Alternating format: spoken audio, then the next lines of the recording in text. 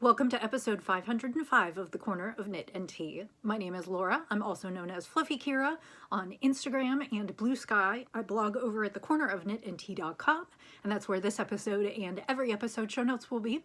And I sell my handspun yarns and knitting patterns in my Etsy shop, which is also called The Corner of Knit and Tea. Hi, how are you? It is Monday, January 20th, which means here in the United States it is a day of remembrance to honor Martin Luther King Jr. It also happens to be the inauguration day here in the U.S. So it is a day of momentous occasion at varying levels. So it's also very, very cold. It has been in the single digits. It was a high of about 6 degrees yesterday, and I'm not sure what the high is going to be today. But it is very cold. We still have a little bit of snow outside, but some of it did melt last week, so I'm starting to be able to see the lawn and our driveway again, but it is quite cold. And so this weekend I hunkered down indoors and did all the crafting. So I have tons and tons of crafty things to share with you today, and let's get into it. So I am drinking tea today in my oy vey all day, which is perfect for a Monday, and it just echoes my sentiments today. I am drinking organic coconut black tea, which is from Tea Time Scottsdale. To those of you who have been with me for a while, you may remember Liz. She always called herself Travel Correspondent Liz. And she is from she's from St. Joseph, which is a little bit north of Kansas City. And she actually lives in Arizona, and so I have visited her a couple times, and her favorite local tea store is Tea Time Scottsdale. And I have visited there, and then I have also ordered from them online, but I really like their organic coconut. It's lovely. It's a strong black tea with a taste of coconut, which if you like coconut, it's your thing. And I'm hoping that this tea will get me through the rest of the day. I am on my lunch break and still have half a day of working to go. So that is what I am drinking today. Ooh, and that's very hot, but it's very good. So I hope that you are doing well. Like I said, I hunkered down and crafted all weekend. We ran a couple errands, but for the most part, I just stayed indoors. So I have all 4 of my crafts to share with you today, which is knitting, spinning, embroidery, and quilting. So let's get started. The first project that I have been working on is I have been working on socks for my dad. He asked for socks when I visited over the holidays, and he asked if they could be tall, and he asked if they could be thicker than sock weight yarn. He is allergic to wool, so I have chosen to knit for him in an acrylic blend, and I am using Barocco Comfort, which is a worsted weight. It's 50% superfine nylon, 50% superfine acrylic, and it is in this great green colorway. It's a little bit hard to see with my exposure the way it is, but it is a kind of foresty heathered green. And this comes, it's not super expensive. It comes 210 yards to the skein. I bought 2 because I'm going to need about 1.5. And I knit for him in Barocco Comfort sock weight the last time, and he liked them and they wore well. He just asked if they could be thicker, so I went with the thicker weight this time. The pattern that I am knitting is Rye Socks by Tin Can Knits, and it is a free pattern from them. I have a link to the pattern on their website, and it is a free pattern, and it is sort of a basic top-down construction sock with a ribbed cuff and then a little bit of detailing on the front of the foot and top of the foot, and then a slip stitch heel flap and gusset, and then straight down to the toe. And my hope was that I could finish the first sock before I saw you again, and I did. So this is what I've got. Like I said, it's a ribbed cuff, and then you get this fun sort of garter ridging on the front. Basically, you alternate a section where you're going to knit and a section where you are going to purl, and you continue that all the way down. It makes the front of the sock a little bit more gathered than the back of the sock because obviously garter stitch tends to bunch up a little bit more, but it will stretch out and it will be nice and cozy. So I knit him an extra long cuff before I started the heel. I think I did 7.5 or 8 inches because that was kind of recommended, but I knew that he wanted something long, and then I did the slip stitch, heel flap, and gusset, and then all the way down to the toe, and did a kind of rounded toe as the pattern suggests. So basically I knit this per pattern, other than putting in my dad's measurements. I went with the suggested length of foot. And I think that's all I have to say. That is the first finished sock. The only thing I'm concerned about is on this one, I feel like the cast on may have been not quite as loose as I could make it. So I am potentially toying with the idea of cutting off the cuff. Basically what I would do is I would insert a needle into the first round of stitches after the cuff. Then I would snip a bit of the cuff, and I can't just unravel it from the top down because this is where I started, and if you've ever tried to unravel from the cast on, you know that that's not how it works. But I've been trying to decide if I'm going to snip off the cuff and then just go ahead and knit the cuff up from there. It would put things off by half a stitch, but I don't think it's actually going to make that much difference. So I just can't decide. If I do, like I said, I will insert a needle into the first row of stitching right after the cuff. I will make a small snip and unravel the cuff, and then I will start knitting again with my extra yarn. So I haven't decided. I'm going to finish the second sock first and then decide what I think. So that is my first rye sock, and I'm very pleased with that, and it worked up pretty quickly. I even got the second sock started, which is also what I had hoped for today, to be able to show you, and I did this yesterday while I met with my book group. I have several book groups that I go to, a couple in person, but this one happens to be an online one, and we had a Zoom call yesterday, as we usually do once a month, and so I cast on and was able to start my second sock. So, and this one I made sure to cast on a lot looser, and it doesn't feel nearly as constricting. So I think I probably will rip out that cuff and redo it, but at least right now I'm working on the second sock, and I will just count the number of ridges and continue to knit the sock exactly as I knit the first. So not a huge amount of progress, but I'm really pleased to have the first one done, and then I will be working on the second one. I don't think I will have the pair done by the time I talk to you next, but my hope is that I can get a good way down the leg, and then maybe finish these up by the end of the month. So, because the next time I talk to you, let's see, today's the 20th, so the next time I talk to you will be the 27th. I think I could probably finish these by the end of the month, and that would actually be a really good idea, because I was hoping to knit my mom a pair by Valentine's Day, so maybe I should finish this set this week. Thoughts? Okay, so that is where I'm at with my first project. My second knitting project is a knit along that I am working on. It is the turtleneck tube vest, and it is written by Stephanie Jappel, and I am doing a knit along as part of the dyer of the yarn is hosting a knit along in her group, and so I am joining them. So the pattern, as I said, is Turtleneck Tube by Stephanie Jappel. And let me find the photo that I have been sharing. This is Stephanie and her daughters wearing them. It is a pretty simple turtleneck tube with some ribbing kind of at the neck and then at the edges of the sleeve holes and then down at the bottom. And it is really customizable in that you can knit the ribbing. You can start the ribbing like as early as under the bust and keep going all the way down. You can do the ribbing down at the bottom. You can knit it cropped. You can vary the length of your neck. It really can be what you make of it. It could be kind of very fitted, or it could be looser so that you could wear it over other clothes more as a vest. It's kind of whatever you make of it.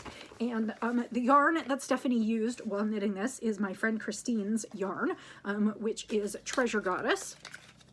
So let's see, it's Treasure Goddess, and it's her Yak Silk DK, which is absolutely lovely. It is 60% superwash merino, 20% yak, 20% silk, and 231 yards to 100 grams. The nice thing about this knit is because it is a turtleneck, there are no sleeves, so that means you need less quantity to knit for your size. For most sizes, you will need anywhere between 2 and 4 skeins, and the pattern is written in generous sizing. I think think it goes down to 28 inches and all the way up to a 60-inch bust. And that also is meant to be worn with some ease. And so I got a lot of work done on this. I'm very pleased with this. I think last week when I showed you, I had the turtleneck neck completed, and I had just sort of started on the front of the body. And I actually finished the front and the back of the top with the raglan increases, and went ahead and joined in the round, and I've knit an inch or two in the round. So this is, the neck kind of spreads out and it becomes kind of a mock turtleneck, and then also goes kind of down to the clavicle, and then I've done the armholes, and now I am just about an inch below the bust here, or maybe an inch and a half. My plan is to knit a couple more inches and then try it on and see what I want. I haven't decided if I want to go with the plan of knitting it kind of straight most of the way down and then just doing the ribbing at the bottom, or if I want it to be a little more form-fitting and I want to start the ribbing kind of below the bust. I do know that I probably want to wear this as a tank top. I probably do not want to wear it over other things, so I would like it to be a little bit more form-fitting, but I need to try it on and see kind of what that does. So, but I am pleased to have gotten to that point, because now I just have the body, and that's just roundy, and then it's just a decision on when to switch to smaller needles and do complete ribbing. So as you can see, there's ribbing kind of on the side edges, and that kind of makes these edges curl, but it finishes them off, so there's no finishing work to go back. And basically down at the bottom, I just need to knit to the bottom and then do the bottom ribbing. It's got some nice ribbed panels at the sides, which helps kind of pull it in slightly and make it a little bit more fitted. And then, like I said, you can knit the body section, you can knit it basically straight in stockinette, or you can make it all ribbed, and I just have to decide what I want to do. So my plan is to, actually I'll probably put this on the mannequin for a quick shot to put as the cover to this video, and then I'll knit a few more inches on it and then try it on and see what it looks like and what I think would be best for me. I'm probably going to go ahead and knit it kind of as a longer tank top, knit it more towards mid-hip, as opposed to cropped, just because I think if I'm going to wear it as a tank top, I will be more comfortable with it that way. If I were going to wear it as a vest over something else, I might do it a little bit shorter, but I want to try it on and see what I think, and so that is kind of what I'll be doing. And I was sort of hoping maybe I could finish this by the end of the month, but this is slightly less important than finishing my dad's socks and maybe cranking out a pair for my mom in time for Valentine's Day, so I think I'll probably work on those mostly and let myself work on this kind of for fun. I am still working a little bit on the other top. Both are basically going to be more spring and summer tops, certainly not for days when it's a single degree out.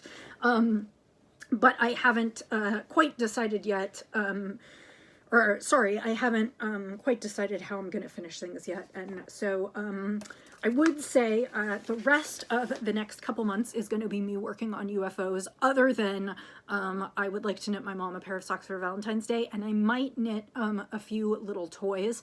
I was thinking about knitting, there's a pattern called Bluebirds of Happiness, it's just little birds, and I was thinking about knitting a little Bluebird of Happiness for my niece and nephew, one for each of them. I usually send them a package on Valentine's Day with a little bit candy and some small gift, and I almost always throw in something handmade, and I don't think I'm gonna knit them socks or something bigger because I just don't think I have the time to do it, but I was thinking I might knit them each a little Bluebird of Happiness out of some hand spun, and then get them a little gift and some candy. But other than that, I really am committed to working on my UFOs, and so my plan is to work this one through to completion, work my mom and dad's socks, and then go back to the hipster tee and go back to the blanket that I'm knitting for my niece.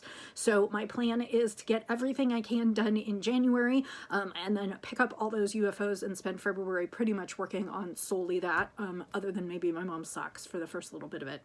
I do actually have crafty plans for the rest of the year. I'm not going to share them today, but I was sort of laying out the year based on my goals and what I think I want to do when, and I am kind of pleased to have like an overarching plan for the year. So that has made me happy.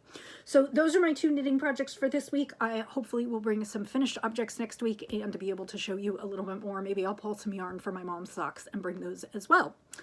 So next up on spinning, I am more than halfway done with my current spin. I am actually spinning fiber from Treasure Goddess Studios, which is also where I am knitting with on several of my projects. I know it sounds repetitive, but I love my friend Christine's products, and I buy them all the time, as evidenced by all these things that I'm making. And I have bought these with my own money, so just so you know, there's not a lot of trading going on there.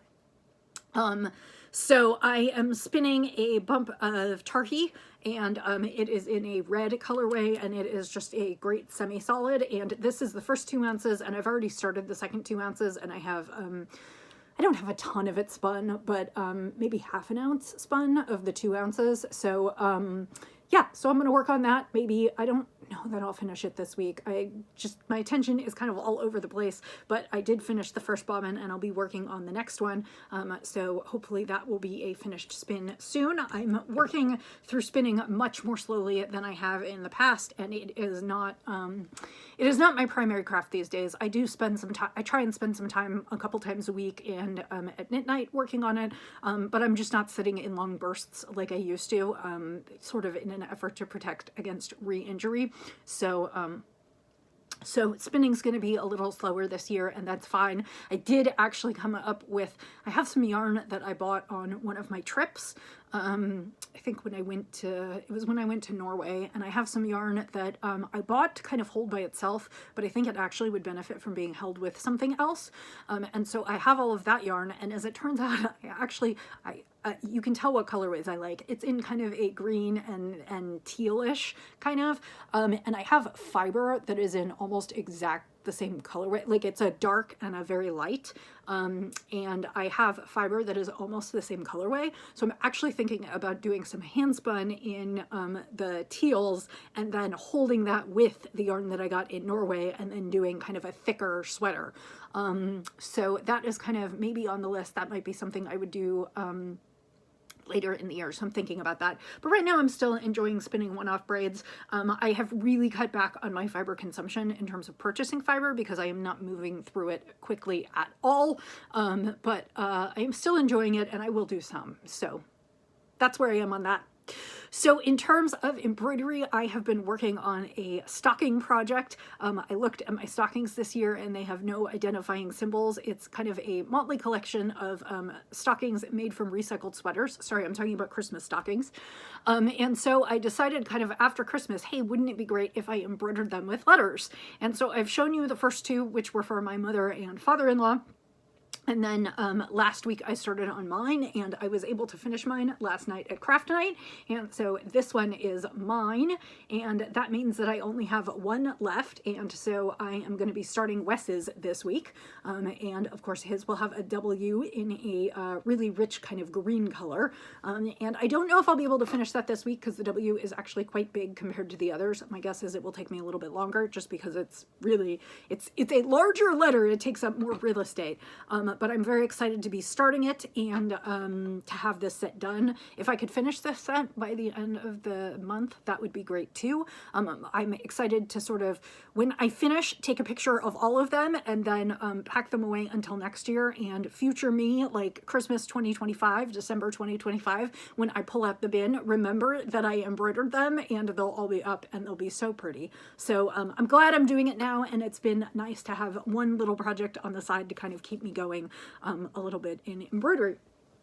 So the big thing that I spent most of my weekend on was a quilt. I showed you, did I show you last week? I think I showed you where I had sandwiched the quilt together. I can't remember if I brought it in to show you. I know I brought it in to show my knit group. I worked on it's kind of designed to be a scrappy quilt, but I actually used a fat quarter bundle. I think I did discuss this because I found the label. So I took a fabric collection. I had a fat quarter bundle that had 12 fat quarters in it. It was from Benartex. It's called Gathering by Shelley Cavanagh. I did look it up, and I remembered it. And so the quilt that I'm using is called Stash Buster number 12 Potato Chip, or Chip It Good, and it is designed, since it's kind of a basic patchwork scrappy quilt, it is designed by Karen Brown from Just Get It Done Quilts. And what she did that was super valuable is she put together a list of handouts with suggestions for sizes. So I think there are 5 sizes. I want to say it's like crib, lap, twin, queen, king, and she told you exactly how many of the 2.5 by 4.5 strips you were going to need, and how to lay them out, and how many rounds around the quilt you would have to go. And so it was, her work was very useful, even though when I say it's kind of it's more of a recipe than it is like a full quilt pattern, because it's kind of just the same thing over and over and over again. Anyway, I cut it up, and I usually, she did it to get rid of scraps, and I think it's going to be a great way to get rid of scraps. I do have some fabric left over from this, and I've been thinking about turning some of the rest of my scraps into these 2.5 by 4.5 pieces. And so I almost finished the quilt this weekend. So I will show you what I have. So I believe last time I showed it to you, I had the quilt sandwiched together. So that means that I had the top completed, and I had the batting and backing kind of pinned and spray basted so that they would hold together during the quilting process. And oh, I know what I did. I showed you what I was trying for quilting. And what I had tried for quilting was not good, and I ended up pulling it out, and so I ended up doing a meander pattern on this quilt. And so at this point, it is almost finished. So I will stand up and show this to you. So this is the quilt that I made. And if I turn it sideways and hold it close up, and maybe you can see some of the meandering, it's easier to see in the darker fabrics. You can see that basically I just did swirls and kind of went back and forth and all around, and I did it in sections, and I went all around the quilt, and it just gives it this really nice kind of crinkled texture. It does give it kind of some texture. It's not like super loose and drapey because of the quilting, but I think that's going to be fine. For the backing fabric, I used this really fun fabric from Kimberbell Designs. It was a 108 backing, so that means it was it's 108 inches wide, and I used a little over a yard for it. I bought 2 yards. I used a little bit over a yard for it. And then I am trying something new, which is I am trying to machine sew my binding.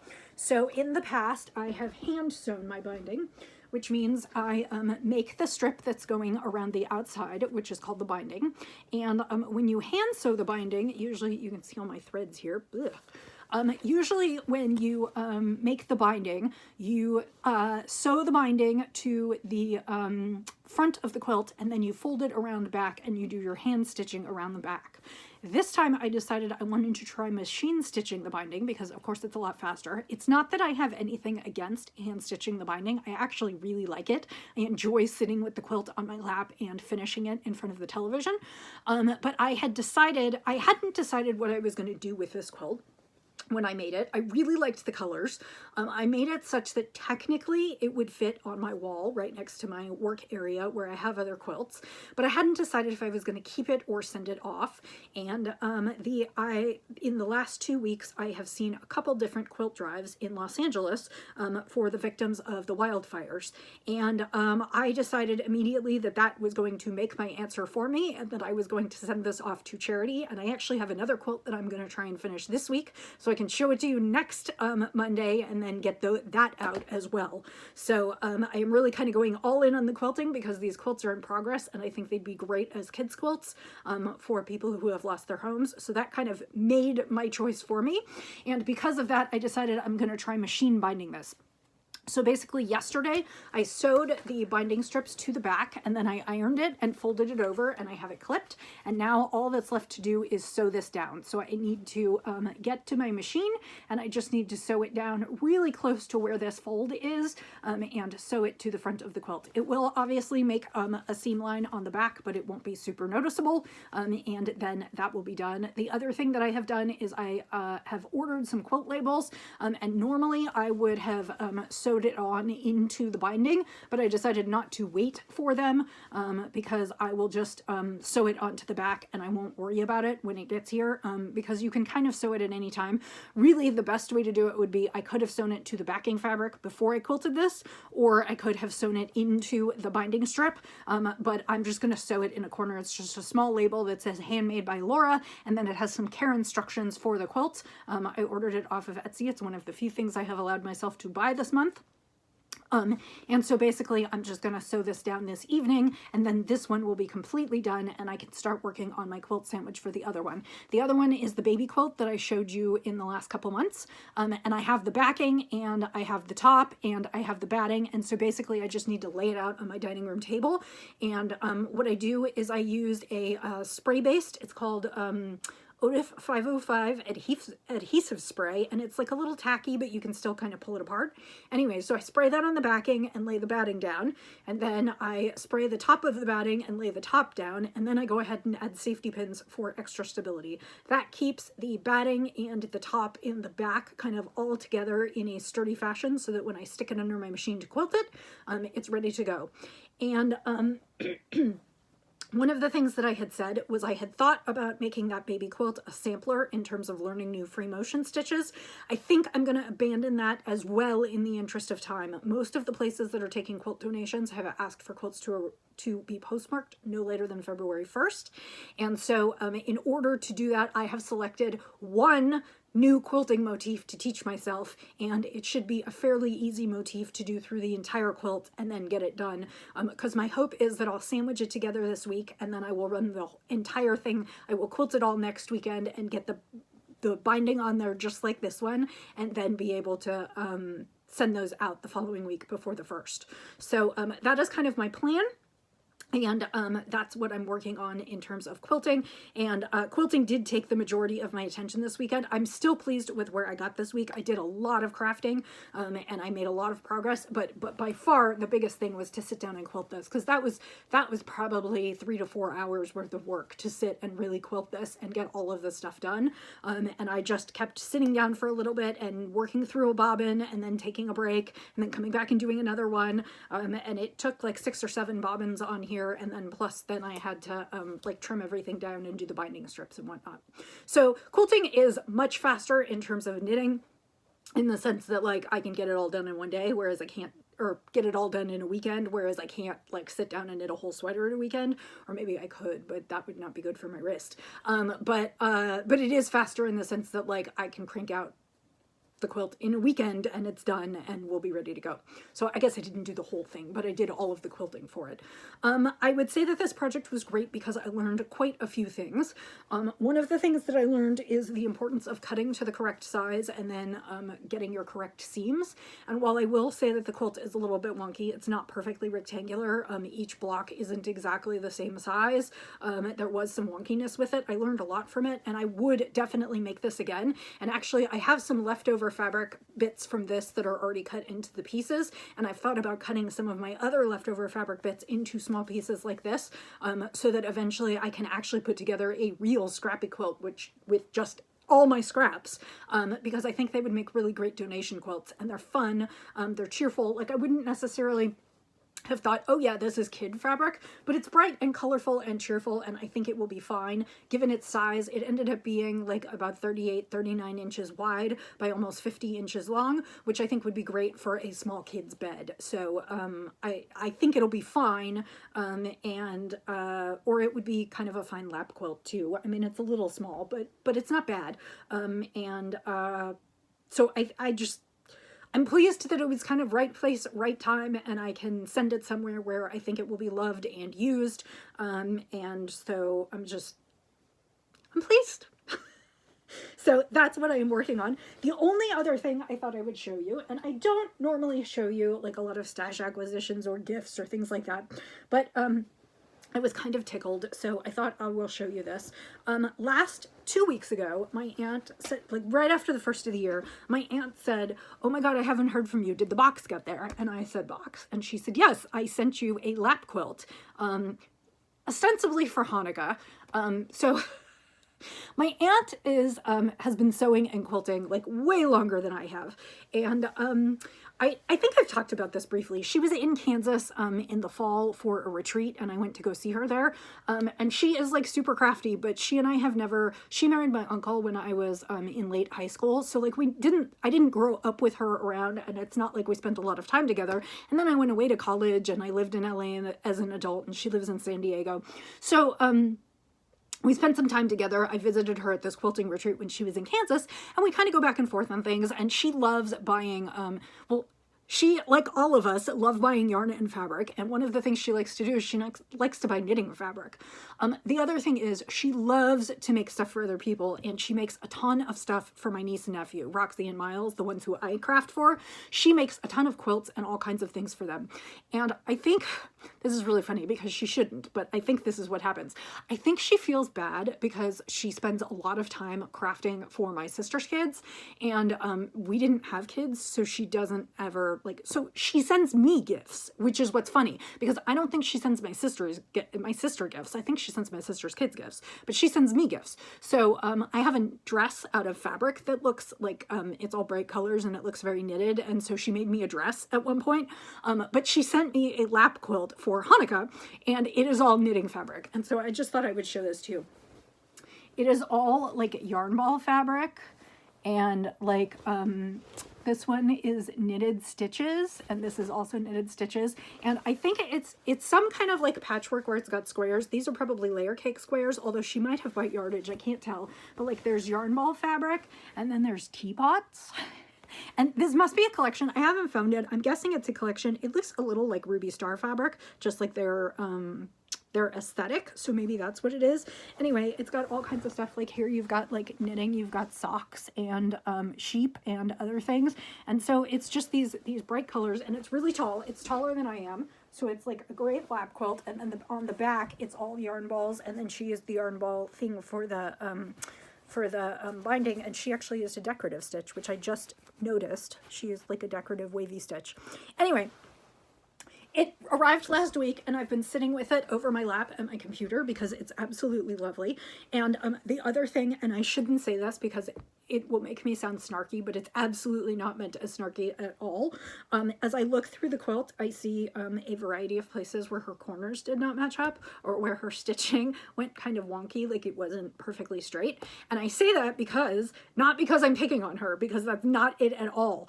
I say that because I was looking to it because she has been quilting for many more years than I have. She has like a whole sewing room and multiple sewing machines. She is about sewing like I am about knitting.